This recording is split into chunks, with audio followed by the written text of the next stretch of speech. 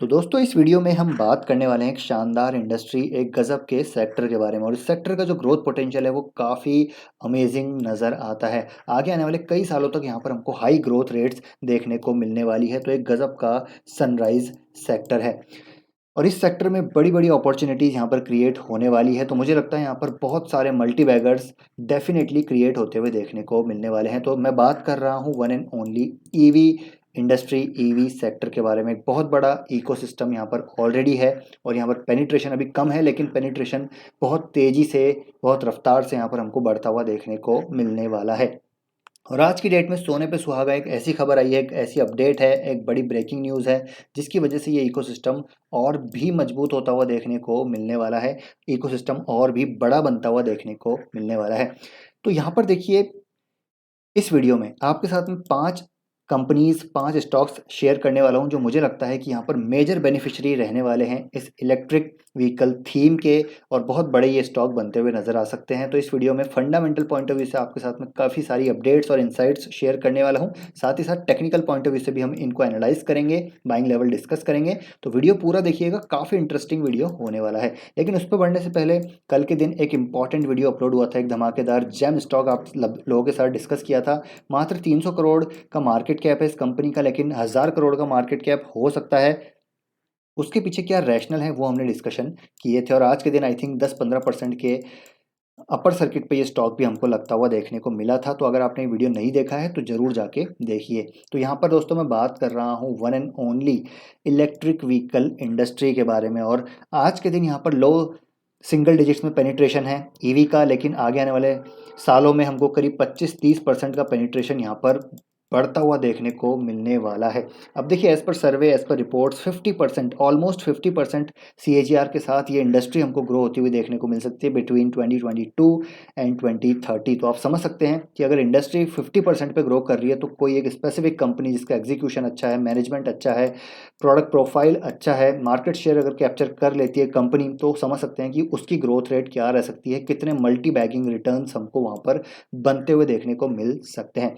और साथ ही साथ इस इंडस्ट्री के लिए पॉलिसीज़ भी काफ़ी फेवरेबल हैं। गवर्नमेंट यहाँ पर काफ़ी सारे काम ऐसे कर रही हैं, जैसे कि फेम की बात की जाए, faster adoption of manufacturing of EVs. अगर मैं इलेक्ट्रिक मोबिलिटी मिशन प्लान की बात करूँ तो काफ़ी फेवरेबल प्लान्स हैं, काफ़ी सारे इंसेंटिव्स, पीएलआई स्कीम यहाँ पर गवर्नमेंट लॉन्च करे, जिसकी वजह से पूरा इकोसिस्टम हमको और भी मजबूत बनता हुआ देखने को मिलने वाला है। तो अगर मैं इन्वेस्टमेंट पॉइंट ऑफ व्यू से बात करूँ तो यहाँ पर मल्टी बैगर रिटर्न्स बहुत सारी कंपनीज बनाती हुई देखने को मिल सकती हैं। तो यहाँ पर क्या अपडेट है जिसकी वजह से इकोसिस्टम में और चार चांद लग सकते हैं? तो आज के दिन यहाँ पर देखिए, आज की अपडेट हमको देखने को मिल रही है। Tesla looking to make about 500,000 EV annually in India. Times of India reports के अनुसार टेस्ला इंडिया में अपनी कैपेसिटी लगा सकता है, मैन्युफैक्चरिंग यूनिट लगा सकता है। जी हाँ, तो टेस्ला पहले भी बात किया था टेस्ला ने गवर्नमेंट के साथ, लेकिन because of some imports tax implication वो डील नहीं हो पाई थी। लेकिन फाइनली यहाँ पर जो इन्वेस्टमेंट प्रपोजल है उसको डिस्कस किया जा रहा है इंडिया के साथ, गवर्नमेंट के साथ। तो यहाँ पर हो सकता है बहुत जल्द हमको पॉसिबल हो सकता है कि बहुत जल्द हमको टेस्ला कैपेसिटी लगाता हुआ देखने को मिल सकता है और करीब करीब 5 लाख यूनिट एनुअली यहाँ पर हमको मैन्युफैक्चर होती हुई देखने को मिल सकती है। तो आप समझ सकते हैं कि कितनी बड़ी अपॉर्चुनिटी यहाँ पर क्रिएट होगी। ना ही सिर्फ इन्वेस्टमेंट पॉइंट ऑफ व्यू से, जॉब अपॉर्चुनिटी भी आप सोच सकते हैं कि कितनी बड़ी यहाँ पर क्रिएट होती हुई देखने को मिलने वाली है और ये लगातार हो रहा है। इसलिए दोस्तों, इंडिया में अगर आप इन्वेस्ट नहीं कर रहे तो मेरे को लगता है डेफिनेटली इन्वेस्ट करना चाहिए। इंडिया का समय आ चुका है और आगे आने वाले कई सालों तक यहाँ पर हमको जो ग्रोथ है वो आती हुई देखने को मिलेगी। अभी हमने कुछ टाइम पहले देखा कि एप्पल ने भी इंडिया में कदम रखा है। सब अपनी सप्लाई चेन यहाँ पर डाइवर्सिफाई कर रहे हैं। एप्पल जैसी कंपनी, इवन गूगल भी यहाँ पर सोच रहा है अपनी कुछ मैन्युफैक्चरिंग यूनिट यहाँ पर शिफ्ट की जाए इंडिया में। अब टेस्ला यहाँ पर टेस्ला की खबर आ चुकी है। तो देखिए, बड़े बड़े जो टेक जाइंट्स हैं, बड़ी बड़ी जो कंपनीज़ हैं इंडिया में यहाँ पर आ रही हैं। तो आप समझ सकते हैं कि बहुत बड़ा इकोसिस्टम यहाँ पर क्रिएट होगा। तो किसी भी सेक्टर में अगर आप निवेशित नहीं हैं तो निवेशित ज़रूर रहना चाहिए, चाहे वो ईवी हो, इंडस्ट्रियल हो, कैप गुड हो, ठीक है, यहाँ पर स्पेशलिटी केमिकल हो या फॉर दैट मैटर कुछ भी हो। तो मतलब यहाँ पर निवेश करना ज़रूरी है, पोर्टफ़ोलियो बनाना ज़रूरी है, क्वालिटी पोर्टफ़ोलियो बनाइए, लॉन्ग टर्म के लिए होल्ड करिए। चलिए बात वापस से हम अपने एजेंडा पे आते हैं, तो यहाँ पर कौन-सी कंपनीज़ हैं जो वो बेनिफिशियरी हो सकती हैं because of this electric mobility theme. तो यहाँ पर पहली कंपनी है वन एंड ओनली सोना कॉमस्टार। इसके बारे में कई बार मैं डिस्कशन कर चुका हूँ। फंडामेंटली बहुत अच्छी कंपनी है, हर मैट्रिक पे यहाँ पर 5 स्टार है इस कंपनी को, मैनेजमेंट अच्छा है, ग्रोथ रेट अच्छी है, इंडस्ट्री लीडिंग ग्रोथ रेट है। अगर इंडस्ट्री 10% से ग्रो हो रही है तो ये कंपनी 2.5 टाइम यानी 25% से ग्रो होती हुई नज़र आती है। यहाँ पर जो प्रोडक्ट प्रोफाइल है वो काफ़ी अमेजिंग है, जो ऑर्डर बुक है वो बहुत ही गजब की है, आगे आने वाले कई सालों तक एग्जीक्यूशन हमको देखने को मिलेगा, रेवेन्यू विजिबिलिटी क्लियरली नज़र आती है, तो वो सारी चीज़ें हैं। सिर्फ एक चीज़ यहाँ पर जो थोड़ी सी नेगेटिव नज़र आती है वो है वैल्यूएशन। बस वैल्यूएशन की वजह से यहाँ पर हैवी क्वांटिटी उठाने का जी नहीं चाहता, लेकिन कंपनी इतनी अच्छी है कि यहाँ पर बिना निवेश करे दिल भी नहीं मानता। तो इस पी पे अग्रेसिव बाय नहीं करना है, लेकिन बाय ज़रूर करना है क्योंकि रिटर्न रेशोज़ अमेजिंग है, debt free, almost debt free companies हैं, free cash flow company generate कर रही है। शेयर होल्डिंग पैटर्न स्ट्रॉन्ग नज़र आता है। फाइज़ के पास 25% स्टेक है।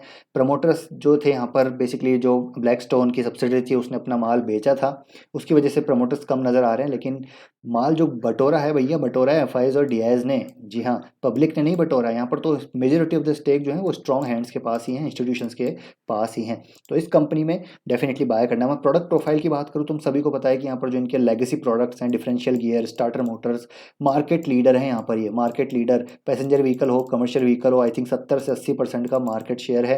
और इनकी जो रिक्वायरमेंट है इलेक्ट्रिक व्हीकल्स में वो बहुत बड़ी है। और यहाँ पर जिस प्रकार की टेक्नोलॉजी R&D है सोना कॉमस्टार के पास, डेफिनेटली यहाँ पर मुझे लगता है बड़ा बेनिफिशियरी होगा। लेकिन इसी के साथ साथ लगातार ये प्रोडक्ट एनहेंसमेंट्स करते रहते हैं। जो इनके करंट प्रोडक्ट हैं वो काफ़ी अमेजिंग हैं। जो इनके नए प्रोडक्ट्स हैं अभी जो इन्होंने ऐड किए हैं, high voltage traction Motors and inverters through differentiated technology, वो एक बड़ा योगदान यहाँ पर देते हुए नजर आएंगे। जो इलेक्ट्रिक व्हीकल जो एक जो ऑर्डर बुक है उसमें यहाँ पर बड़ा योगदान देते हुए नज़र आएंगे। जो ग्लोबल क्लाइंट्स बेस है इनका वो काफ़ी अमेजिंग है। इंडिया में मार्केट लीडर है, इंडिया में मार्केट पेनिट्रेशन अच्छा है, साथ ही साथ ग्लोबल पेनिट्रेशन भी इनका काफ़ी बढ़िया है। तो इसको मेरे ख्याल से आपको डेफिनेटली बाय करना चाहिए। अब ऊपरी स्तरों से हालांकि काफ़ी करेक्शन हो चुकी है, लेकिन अभी भी वैल्यूएशन बहुत ज़्यादा अट्रैक्टिव नहीं है। तो बाय करना है, लेकिन आपको स्टैगर्ड वे में बाय करना है, बाय ऑन डिप्स करना है। अगर यहाँ पर स्टॉक गलती से because of some uncertainties, because of some negative macros 400 के आसपास आ जाता है तो माल को बटोर लेना है। सोना कॉमस्टार लॉन्ग टर्म की होल्डिंग है, ऐसा नहीं है कि आप 1 साल के लिए 2 साल के लिए यहाँ पर रह रहे हैं। मुझे लगता है ये आने वाली 5-10 साल की स्टोरी रहने वाली है सोना कॉमस्टार। तो उस हिसाब से आपको यहाँ पर अपने इन्वेस्टमेंट जो थीसिस है उसको यहाँ पर आपको उस हिसाब से यहाँ पर लेके चलना है। तो आपकी जो पोर्टफोलियो में यहाँ पर ऐसा नहीं है कि 10-20% यहाँ पर अलोकेशन दे दिया सोना कॉमस्टार में, ऐसा बिल्कुल नहीं करना दोस्तों। अभी वैल्यूएशन काफ़ी ज़्यादा है, हो सकता है ईपीएस ग्रो हो और ये स्टॉक कंसोलिडेट करे तो थोड़ा पी यहाँ पर नीचे आए तब बाय किंग करेंगे। लेकिन 5% से ज़्यादा लोकेशन मुझे लगता है अभी यहाँ पर नहीं देना चाहिए, क्योंकि लॉन्ग टर्म की स्टोरी है। धीरे धीरे हमको मौका यहाँ पर ज़रूर मिलेगा इसमें अपनी क्वांटिटी को बढ़ाने का। नेक्स्ट है दोस्तों यहाँ पर रोलेक्स रिंग्स। काफ़ी अच्छी कंपनी है, कंपनी बनाती है बेसिकली रिंग्स, ठीक है। रिंग्स जो बियरिंग्स होती है उसके लिए जो रिंग्स बनती है, जैसे कि ये रिंग हो गई, ये रिंग्स बनाती है कंपनी। इसके बीच में जो बॉल बियरिंग्स डलती है आपने ज़रूर देखा होगा। तो ये आउटर रिंग्स जो है कंपनी बनाती है और यहाँ पर एक तरह से ये one of the leading manufacturer है। अब रोलेक्स रिंग्स की जो रिंग्स हैं बेसिकली इंडस्ट्रियल जो मशीनरीज हैं उसमें जाती है, ठीक है। टरबाइंस में यहाँ पर यूज़ होती है, रेलवेज़ में यूज़ होती है, ऑटोमोटिव कंपोनेंट्स में यूज़ होती है। तो इलेक्ट्रिक व्हीकल अगर यहाँ पर ज़्यादा प्रोड्यूस होंगी, ज़्यादा बनेंगी, तो उसमें भी जो रिंग्स हैं, बियरिंग्स हैं, वो भी यूज़ होगी। तो यहाँ पर रोलेक्स रिंग के थ्रू वो भी प्ले किया जा सकता है। अब देखिए एसकेएफ हो गया, स्कैफलर हो गया, टिमकेन हो गया, ये इतनी बड़ी कंपनीज़ हैं। अगर मैं बियरिंग्स की बात करूँ, ठीक है, तो ये बहुत बड़ी कंपनीज़ हैं। तो इनको भी बाय किया जा सकता है, इनको भी यहाँ पर प्ले किया जा सकता है लॉन्ग टर्म के लिए। लेकिन ये महंगी कंपनीज़ हैं, बड़ा मार्केट कैप है, ग्रोथ रेट हो सकती है थोड़ी धीरे हो। लेकिन इसकी प्रॉक्सी है रोलेक्स रिंग्स। यहाँ तो रोलेक्स रिंग्स इन तीनों को सप्लाई कर रही है, इन तीनों को रोलेक्स रिंग्स बियरिंग्स जो रिंग्स हैं वो सप्लाई कर रही है। तो अगर एसकेएफ के पास बड़े ऑर्डर्स हैं, स्कैफलर के पास बड़े ऑर्डर्स हैं, टिमकेन के पास बड़े ऑर्डर हैं, तो इनडायरेक्टली रोलेक्स रिंग्स यहाँ पर बेनिफिट होगा। और एसकेएफ की अगर मैं एक अपडेट आपको दूँ तो वंदे भारत जो ट्रेन है उसमें जो रिंग्स यूज़ हो रही हैं, जो बियरिंग्स यूज़ हो रही है, वो एसकेएफ की यूज़ हो रही है, पूरी पूरी एसकेएफ की यूज़ हो रही है। तो एसकेएफ को सप्लाई कौन कर रहा है भैया? रोलेक्स रिंग सप्लाई कर रहा है, तो रोलेक्स रिंग्स यहाँ पर बेनिफिशियरी है। और मैनेजमेंट ने कहा है करीब करीब 20% ग्रोथ रेट के साथ ये आगे आने वाले 2-3 साल में ग्रो होते हुए नजर आएंगे। तो करीब 5700 करोड़ का मार्केट कैप है। स्टॉक का पी 29 का है, इंडस्ट्री का पी 28 का है, तो बहुत ज़्यादा महंगा यहाँ पर नज़र नहीं आता। रिटर्न रेशोज देखिए 30% से अबव आरओसी है, आरओई है। वर्चुअली डेट फ्री कंपनी है, free cash flow company generate कर रही है। शेयर होल्डिंग पैटर्न में एक अच्छी चीज़ है कि एफआईज यहाँ पर स्टेक बढ़ा रहे हैं और डीआईएस लगातार अपने स्टेक को यहाँ पर बढ़ा रहे हैं। 17 से देखिए 32-33 हो चुका है, मतलब डीआईएस ने तो डबल कर लिया है। एफआईज भी यहाँ पर लगातार बढ़ा रहे हैं। प्रमोटर्स के पास 55% स्टेक है, तो मेजोरिटी ऑफ द जो स्टेक्स हैं वो प्रमोटर्स और इंस्टीट्यूशंस के पास ही हैं। तो स्ट्रॉन्ग शेयर होल्डिंग पैटर्न है। ग्रोथ रेट आप देखिए, प्रॉफिट ग्रोथ रेट काफ़ी अच्छी है, सेल्स ग्रोथ रेट काफ़ी अच्छी है पिछले 3 साल की ट्रेलिंग 12 मंथ्स में। रिटर्न इक्विटी यहाँ पर कंसिस्टेंट 20% के ऊपर नज़र आती है। तो रोलेक्स रिंग्स भी काफ़ी अच्छी है कंपनी यहाँ पर नज़र आती है। अब यहाँ पर जो टेक्निकल पॉइंट ऑफ व्यू से बात की जाए तो देखिए काफ़ी टाइम से स्टॉक कंसोलिडेट कर रहा है। 2022 सितंबर से स्टॉक कंसोलिडेट कर रहा है। ऑलमोस्ट 1 साल यहाँ पर होने वाला है। स्टॉक में कोई ज़्यादा मूवमेंट देखने को नहीं मिला है, लेकिन अब यहाँ पर हो सकता है यहाँ पर एक छोटा कंसोलिडेशन हुआ है और इसका ब्रेकआउट हमको होता हुआ देखने को मिले, क्योंकि तेज़ी में यहाँ पर अच्छा वॉल्यूम था और इस कंसोलिडेशन में वॉल्यूम थोड़ा कम होता हुआ नजर आया है। तो फ्रेश वॉल्यूम के साथ रोलेक्स रिंग्स तेज़ी से भागता हुआ देखने को मिल सकता है। तो करंट मार्केट प्राइस पे स्टैगर्ड वे में बाइंग की जा सकती है। अगर ये स्टॉक 1900 के आसपास आता है तो मेरे ख्याल से एक अच्छी यहाँ पर अपॉर्चुनिटी होगी इसको ग्रैब करने की। नेक्स्ट स्टॉक है दोस्तों मिंडा कॉर्पोरेशन। तो मिंडा ग्रुप की कंपनी, और हम सभी को पता है मिंडा ग्रुप एक रिनाउंड नेम है, ज़बरदस्त यहाँ पर ग्रुप है और काफ़ी लंबे अरसे से यहाँ पर एक मार्केट में अपनी पकड़ बनाई हुई है। एक लीडिंग ऑटोमोटिव मैन्युफैक्चरिंग कंपनी है। एक दूसरी कंपनी है ऊनो मिंडा, वो भी काफ़ी अच्छी है, लेकिन मिंडा कॉर्पोरेशन अच्छी नज़र आती है। मात्र 7000 करोड़ का मार्केट कैप है, स्टॉक का पी इंडस्ट्री के पी से कम है, तो वैल्यूशन भी यहाँ पर डिसेंट नज़र आते हैं। रिटर्न रेशोज काफ़ी अच्छे हैं। वर्चुअली डेट फ्री कंपनी यहाँ पर ये नज़र हमको आती है। और अभी थोड़ा डेट बढ़ता हुआ नज़र आया क्योंकि इन्होंने अपने स्टेक प्रिकॉल में यहाँ पर बढ़ाए थे। प्रिकॉल में आई थिंक 15% का स्टेक है, लेकिन इन्होंने सीसीआई में पिटिशन लगाई थी कि ये 24% स्टेक अपना करना चाहते हैं, लेकिन प्रिकॉल ने यहाँ पर कुछ नाराज़गी जताई थी। लेकिन अभी न्यूज़ आ रही है कि गवर्नमेंट की तरफ से इनको अप्रूवल मिल चुका है, ये अपने स्टेक को 24% तक यहाँ पर लेके जाएंगे प्रिकॉल में। और प्रिकॉल भी एक अच्छी कंपनी है, टू व्हीलर मार्केट शेयर उसका काफ़ी अच्छा है, क्लस्टर्स वगैरह वो कंपनी बनाती है, काफ़ी बड़ी पूरी ईवी इंडस्ट्री को आई थिंक वो जो है केटर कर रही है। I think Ola, Ather, Hero electric, Okinawa जैसी उनकी कस्टमर है। तो प्रिकॉल में अपने स्टेक को बढ़ाया है, तो उसका फ़ायदा प्रिकॉल अगर ग्रो करेगा तो मिंडा कॉर्पोरेशन भी वहाँ पर फ़ायदे का बेनिफिशरी होगा। बाकी ग्रोथ की बात की जाए तो देखिए प्रॉफिट ग्रोथ काफ़ी अच्छी है पिछले 3 सालों की। सेल्स ग्रोथ काफ़ी अच्छी है इस कंपनी की। रिटर्न इक्विटी काफ़ी अच्छा नज़र आता है। अब यहाँ पर एक शेयर होल्डिंग पैटर्न की बात करें तो 64-65% स्टेक प्रमोटर्स के पास है। एफआईज ने अपने स्टेक को पिछले 3 क्वार्टर में बढ़ाया है। डीआईएस ने अपने स्टेक को यहाँ पर 11% किया है। तो यहाँ पर देखिए एक अच्छी चीज़ क्या है कि पब्लिक के पास ज़्यादा स्टेक यहाँ पर नहीं है। Majority of the stake promoters, FIIs और डीआईएस के पास है, तो स्ट्रॉन्ग हैंड्स में यहाँ पर माल देखने को मिलता है। तो इसकी भी ग्रोथ रेट काफ़ी अच्छी यहाँ पर हमको देखने को मिलेगी। अब ये कंपनी के अगर प्रोडक्ट की बात की जाए तो देखिए मार्केट लीडर है ये टू व्हीलर लॉक सेट में और वायरिंग हार्नेस बिजनेस में। 30% वायरिंग हार्नेस से आ रहा है, लॉक सेट से 26% आ रहा है, बाकी डीसीडी क्लस्टर से 17-12% आ रहा है रिस्पेक्टिवली FY23 में। अब यहाँ पर एक ऑर्डर बुक की बात करना ज़रूरी है। तो इनकी जो टोटल ऑर्डर बुक है FY23 में वो करीब करीब 7800 करोड़ के आसपास है। और अब जस्ट हमने अभी मार्केट कैप देखा 7000 करोड़, मतलब मार्केट कैप से बड़ा तो इसका ऑर्डर बुक है। तो आप समझ सकते हैं कि यहाँ पर एक तरह से पॉजिटिव हमको यहाँ पर देखने को मिलता है। और उसमें से भी ईवी ऑर्डर बुक करीब करीब 1500 करोड़ के आसपास है। तो इनकी ईवी ऑर्डर बुक भी लगातार बढ़ती हुई देखने को मिल रही है। और FY23 में करीब करीब ईवी सेगमेंट की जो टोटल ऑर्डर बुक है वो 20% है। टोटल ऑर्डर जो जीते इन्होंने, जो इन्होंने विन किए, उसका 20% तो सिर्फ ईवी ऑर्डर्स हैं। आप समझ सकते हैं कि ईवी ऑर्डर्स यहाँ पर लगातार इनके बढ़ रहे हैं। और हाल ही में 11 तारीख की बात है, देखिए इन्होंने एक और ईवी ऑर्डर जीता है करीब 750 करोड़ का लाइफ टाइम वैल्यू ऑर्डर। एक लीडिंग ओईएम को ये battery charges for electric vehicle यहाँ पर प्रोड्यूस करके देने वाले हैं। तो एक सिग्निफिकेंट कॉन्ट्रैक्ट विन है लीडिंग ओईएम के साथ। तो ये भी दर्शाता है कि यहाँ पर इनको लगातार ईवी ऑर्डर्स भी मिल रहे हैं। तो ये भी एक ईवी की शानदार proxy, auto ancillary proxy company आप इसको कह सकते हैं। इसको यहाँ पर मिंडा कॉर्पोरेशन को ज़रूर आप यहाँ पर बाय कर सकते हैं। टेक्निकल पॉइंट ऑफ व्यू से बात की जाए तो कहाँ बाय करना है, तो देखिए ऑल टाइम हाई पे स्टॉक चल रहा है, तो रिलेटिव स्ट्रेंथ काफ़ी अच्छी है। 2018 में करीब करीब 200 रुपये का, 200-250 रुपये का स्टॉक था, आज के दिन में ऑल टाइम हाई चल रहा है। तो बहुत ज़्यादा वहाँ से ग्रोथ नहीं आई है जिस प्रकार ग्रोथ है। और आगे देखिए इन्हों के जो प्रोडक्ट प्रोफाइल है वो भी एनहेंस होती हुई नज़र आएगी, जिसकी वजह से मार्जिन एक्रेटिव यहाँ पर जो है बिजनेस यहाँ पर बनता हुआ नज़र आ जाएगा। जो बेसिकली प्रोडक्ट है मार्जिन एक्रेटिव होंगे, जिसकी वजह से मार्जिन्स में बढ़ोतरी होती हुई देखने को मिल सकती है। तो स्टॉक कंसोलिडेट कर रहा है, मुझे लगता है मिंडा कॉर्प को करंट मार्केट प्राइस पे बाय किया जा सकता है। अगर स्टॉक करेक्ट होता है तो करीब 280 के आसपास आता है, या फिर स्टॉक 200 करीब करीब 180 के आसपास आता है, तो ज़बरदस्त यहाँ पर एक बाइंग अपॉर्चुनिटी होगी मिंडा कॉर्प में। तो ये हो गया मिंडा कॉर्प। नेक्स्ट दोस्तों यहाँ पर फीएम इंडस्ट्रीज। फीएम इंडस्ट्रीज भी काफ़ी अच्छी कंपनी, मात्र 2300 करोड़ का मार्केट कैप है, स्टॉक का पी 17 है, इंडस्ट्री का 28 है। तो इंडस्ट्री के वैल्यूएशन पॉइंट ऑफ व्यू से देखा जाए, इंडस्ट्री के कंपैरिजन में देखा जाए तो अट्रैक्टिव नज़र आता है। रिटर्न रेशोज काफ़ी अच्छे हैं कंपनी के, डेट टू इक्विटी यहाँ पर डेट फ्री कंपनी है, free cash flow positive company यहाँ पर नज़र आती है। तो मार्केट लीडर है ये बेसिकली ऑटोमोटिव लाइटिंग में और सिग्नलिंग इक्विपमेंट में, और जो इसके कस्टमर्स हैं, जो क्लाइंट है वो है ओला। जी हाँ, तो सोल सप्लायर है ये ओला के लिए।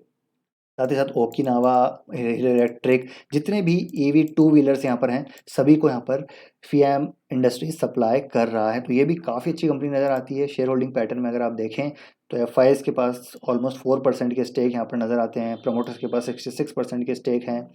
डीआईएस और एफआईएस ने पिछले 2 क्वार्टर में अपने स्टेक को थोड़ा बहुत यहाँ पर बढ़ाया है। पब्लिक में देखते हैं कौन कौन है, तो पब्लिक में नाम यहाँ पर नहीं दिख रहे हैं, लेकिन बड़े नाम यहाँ पर फीएम इंडस्ट्री में भी देखने को मिलते हैं। तो ये भी काफ़ी अच्छी कंपनी है फीएम इंडस्ट्रीज। जो है बड़े बड़े नाम टू व्हीलर स्पेस में मैं बात कर रहा हूँ, यहाँ पर two wheeler electric vehicle theme को आपको प्ले करना है तो फीएम इंडस्ट्रीज को यहाँ पर डेफिनेटली आप कंसीडर कर सकते हैं। टेक्निकल चार्ट पे बात की जाए तो स्टॉक में काफ़ी लंबे अरसे से एक कंसोलिडेशन देखने को मिल रहा है। जुलाई 2022 से 1 साल ऑलमोस्ट हो चुका है, यहाँ पर स्टॉक कंसोलिडेट कर रहा है। और इस कंसोलिडेशन में आप देखेंगे तो ये देखिए, ये एक्यूमुलेशन के संकेत हैं। ये एक्यूमुलेशन यहाँ पर हो रहा है, और इस जो लेटेस्ट कंसोलिडेशन है, आप देखिए जो लेटेस्ट कंसोलिडेशन है ये वाला, इसमें वॉल्यूम्स बिल्कुल ख़त्म हो चुके हैं। तो मुझे लग रहा है एक फ्रेश वॉल्यूम के साथ यहाँ पर एक फ्रेश ब्रेकआउट हमको देखने को मिल सकता है। फीएम इंडस्ट्रीज़ को भी करंट मार्केट प्राइस पे बाय किया जा सकता है। वैल्यूएशन वाइज भी अच्छी है, फंडामेंटल भी अच्छे नज़र आते हैं। सुप्रजीत इंजीनियरिंग है दोस्तों, last but not the least. Suprajit engineering भी काफ़ी अच्छी नज़र आती है, 5800 करोड़ का मार्केट कैप है। वैल्यूएशन थोड़े से हायर साइड पे इसके हो चुके हैं, लेकिन अभी भी ग्रोथ रेट काफ़ी अच्छी नज़र आती है सुप्रजीत में। तो इस कंपनी की प्रोडक्ट प्रोफाइल की बात की जाए तो देखिए, लीडर है ये बाय फार, इंडिया में सेकंड नंबर पे है कंट्रोल केबल्स में, और नंबर 3 ग्लोबली है इन हैलोजन लैंप्स में। तो ये लीडर है यहाँ पर, इस सेगमेंट में ये लीडिंग कंपनी है। और जो प्रोडक्ट की बात करें तो देखिए, ईवी एग्नोस्टिक जो प्रोडक्ट्स हैं इनके, वो ये हैं, ये सारे ईवी एग्नोस्टिक प्रोडक्ट्स हैं, जिनकी डिमांड यहाँ पर लगातार हमको बढ़ती हुई देखने को मिल रही है। और इनका देखिए जो एक सेगमेंट है जो इन्होंने अभी हाल ही में नया बनाया है, वो है इलेक्ट्रॉनिक डिवीज़न। इनका जो इलेक्ट्रॉनिक डिवीज़न है, वो मैनेजमेंट बोल रहा है कि हाई डबल डिजिट से ग्रो होता हुआ देखने को मिल सकता है, जहाँ पर ये क्लस्टर, थ्रॉटल कंट्रोल्स, सेंसर्स वगैरह यहाँ पर बना रहे हैं। और जो इंक्वायरीज़ हैं वो काफ़ी हाई हैं इस सेगमेंट में, जहाँ पर ये बेसिकली इनका जो इलेक्ट्रॉनिक वाला डिवीज़न है वो यहाँ पर बढ़ता हुआ और भागता हुआ देखने को मिल सकता है। अब यहाँ पर देखिए, इनका जो एक्विजिशंस है वो भी काफ़ी अच्छे हैं। इन्होंने हाल ही में एक एलडीसी कंपनी है उसका एक्विजिशन किया है। इन्होंने हालांकि देखिए काफ़ी सारे एक्विजिशन किए हैं, आई थिंक 6-7 एक्विजिशन किए हैं। कंट्रोल केबल्स में इनको एक्विजिशंस किए हैं, हेलोजन बल्ब्स में इन्होंने एक्विजिशन किए हैं, जिसकी वजह से इनकी आगे की रेवेन्यू विजिबिलिटी नज़र आती है। अब मैं यहाँ पर एक चीज़ दिखाना चाहूँगा, देखिए सुप्रजीत इंजीनियरिंग लिमिटेड और LDC a synergistic deal set to replicate Indian success story abroad. तो लाइट ड्यूटी केबल्स बेसिकली इन्होंने एसेट एक्वायर किए हैं, light duty cables business unit of Kongsberg automotive. तो ये कंपनी है, उसका इन्होंने एलडीसी बिजनेस यूनिट एक्वायर कर लिया है। जब मैं एलडीसी की बात करूँ तो यहाँ पर ग्लोबल मार्केट में एलडीसी की जो ग्रोथ रेट है वो काफ़ी ज़बरदस्त है, और further improvement in its market share. Company का एम है कि यहाँ पर मार्केट शेयर बढ़ाते हुए नजर आएंगे, क्योंकि जो स्ट्रॉन्ग रिलेशनशिप है इसकी कस्टमर्स के साथ। डोमेस्टिक ऑटो केबल जो बिजनेस है वहाँ पर कॉस्ट कॉम्पिटिटिवनेस इनको मिलती हुई नजर आएगी। और ये combined entity is the world second largest cable manufacturer with A presence across 4 continents, Asia, Europe, thus providing it huge scale of operations and a diversified geographic presence, thus providing it better margins and greater cost competitiveness। अब यहाँ पर देखिए, एक बहुत बड़ी चीज़ मैं आपको दिखाने जा रहा हूँ, वो है क्या? वो है दोस्तों टेस्ला। जी हाँ, तो जो एलडीसी है बेसिकली टेस्ला को ऑलरेडी सप्लाई कर रहे हैं। तो अगर टेस्ला इंडिया में आती है तो आप समझ सकते हैं कि सुप्रजीत इंजीनियरिंग लिमिटेड को ऑर्डर मिलते हुए नज़र आ सकते हैं, क्योंकि टेस्ला को ऑलरेडी सप्लाई कर रहे हैं और टेस्ला आएगा किसके पास, सुप्रजीत के पास, एलडीसी के पास। एलडीसी किसकी कंपनी हो चुकी है, अब सुप्रजीत की हो चुकी है, तो सुप्रजीत इसका बेनिफिशियरी यहाँ पर होता हुआ नज़र आ सकता है। तो इसलिए सुप्रजीत इंजीनियरिंग लिमिटेड भी काफ़ी अच्छी कंपनी नज़र आ रही है। डेट भी मैनेजेबल डेट है, वर्चुअली डेट फ्री कंपनी है, free cash flow company generate कर रही है। थोड़ा डेट इनका इसलिए बढ़ा है क्योंकि जैसे मैंने कहा एलडीसी का एक्विजिशन इन्होंने किया है, उसकी वजह से इनका डेट बढ़ता हुआ नजर आया है। बाकी ग्रोथ रेट की बात की जाए तो ग्रोथ रेट यहाँ पर कम रही है इसकी, पिछले प्रॉफिट ग्रोथ कम रही है पिछले कई सालों में, लेकिन सेल्स ग्रोथ कंपनी की कंसिस्टेंट है, रिटर्न इक्विटी कंसिस्टेंट है, स्टॉक प्राइस सीएजीआर में अच्छी ग्रोथ देखने को मिली है। शेयर होल्डिंग पैटर्न अगर आप देखें तो 44% प्रमोटर्स के पास हैं, एफआईएस के पास 5% स्टेक है, जो जून 2020 में 2% के थे। डीआईएस ने अपने स्टेक को यहाँ पर बढ़ाया है। तो यहाँ पर अगेन इंस्टीट्यूशंस अपने स्टेक को धीरे धीरे बढ़ा रहे हैं, तो अच्छी बात है। और टेस्ला को ऑलरेडी सप्लाई कर रहे हैं ये थ्रू देयर एक्विशन। तो अगर टेस्ला आती है तो एक बड़ा फ़ायदा सुप्रजीत को मिलता हुआ देखने को मिलने वाला है। तो ये चीज़ यहाँ पर नज़र आ रही है। बाकी टेक्निकली बात करें तो टेक्निकली अगर मैं देखूँ सुप्रजीत इंजीनियरिंग की बात करूँ तो ऑल टाइम हाई पे स्टॉक आई थिंक चल रहा है। Let me just check it on weekly time frame. तो देखिए ऑलमोस्ट ऑल टाइम हाई के आसपास ये स्टॉक चल रहा है वीकली चार्ट पे, और यहाँ पर अपने ऑल टाइम हाई को टच करता हुआ ये स्टॉक नज़र आ सकता है। हालांकि वॉल्यूम बहुत ज़्यादा कन्विंसिंग नहीं है अभी, लेकिन यहाँ पर वॉल्यूम धीरे धीरे बढ़ता हुआ नज़र आ सकता है। तो सुप्रजीत इंजीनियरिंग जैसा एक इसमें पॉजिटिव ये है कि टेस्ला को सप्लाई कर रहे हैं, तो इस पर आपको डेफिनेटली नज़र रखनी है, इसको अपने रडार पे रखना है। अगर इसमें सिग्निफिकेंट करेक्शन आता है, थोड़े से वैल्यूशन यहाँ पर अट्रैक्टिव होते हैं, तो मेरे ख्याल से सुप्रजीत को यहाँ पर बाय किया जा सकता है। तो ये होगी दोस्तों 5 कंपनी जो मुझे लग रहा है यहाँ पर काफ़ी अच्छी हैं। तो देखिए 5 कंपनीज़ में हमने मोटर्स को भी कवर कर लिया, डिफरेंशियल गियर्स को भी कवर कर लिया, साथ ही साथ बियरिंग कंपनी को भी कवर कर लिया जो कि यूज़ होती हैं।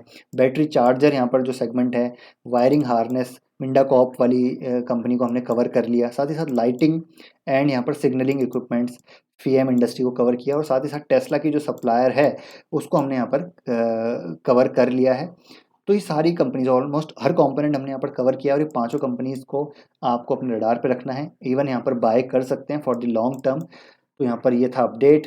आई होप दोस्तों वीडियो पसंद आया होगा, पसंद आए वीडियो को लाइक कीजिए, शेयर कीजिए, और आपका ओपिनियन ज़रूर शेयर कीजिएगा इन कंपनीज़ के बारे में। टेस्ला का इंडिया में आने का यहाँ पर क्या फ़र्क पड़ेगा वो आप शेयर कर सकते हैं, अपना थॉट प्रोसेस। ईवी सेगमेंट को यहाँ पर आप ईवी सेक्टर को के ऊपर क्या आपका सोच है ना, शेयर कर सकते हैं, शेयर कमेंट बॉक्स में। तो दोस्तों अच्छा लगा वीडियो, एफर्ट अच्छा लगा तो लाइक करके जाइएगा। मिलते हैं नेक्स्ट वीडियो में, till then take care, bye bye.